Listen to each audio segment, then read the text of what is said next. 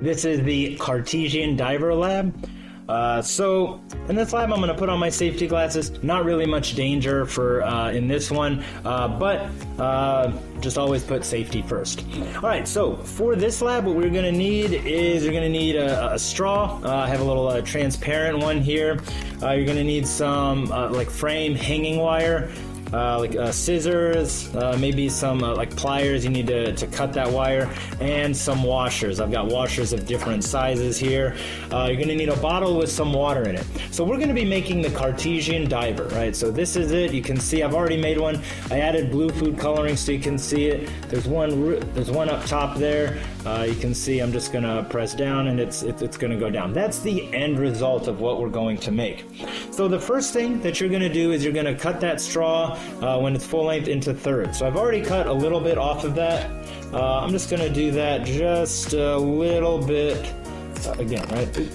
So something about this long, I would say maybe 3 inches. That's probably good enough. Then what you're going to do is take that wire and you're going to cut a piece off to where there's some hanging out both ends, about equal on both ends. So I'm going to take those pliers, I'm going to cut just about there. That's pretty good, right?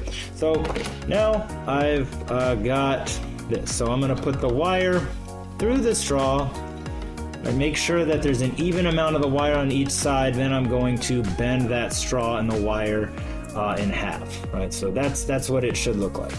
Good. All right, so next thing you want to do is get a washer. So I'm going to get one of the bigger ones.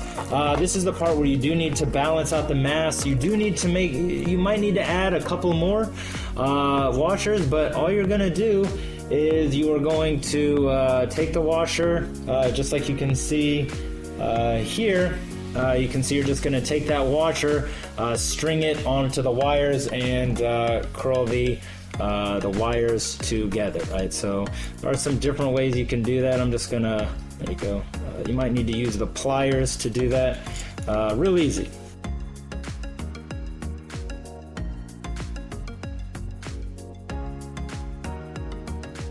Then you're going to take a bottle, fill it all the way up with tap water or water. Then you're going to place that Cartesian Diver into the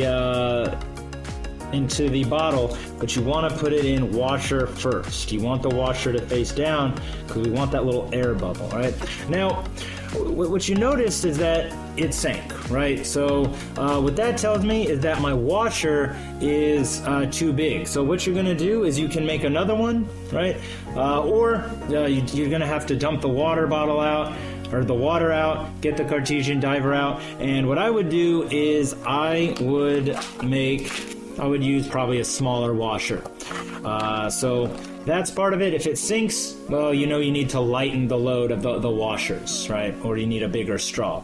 So that is how you make it. It needs to float just like this one, right? So that's why I put this one aside, because it is sort of hard to eyeball. You can see here, when you first put that Cartesian Diver in, it is going to float. That's what you want. Then you need to screw the cap on airtight. Then squeeze the bottle. Right now, part of it is you when you squeeze the bottle, well, you notice that it sinks. But if you zoom in close enough, and I'll show like a zoomed up video of this, but notice the air bubble in the Cartesian Diver, right? Notice what happens to it as I squeeze the bottle.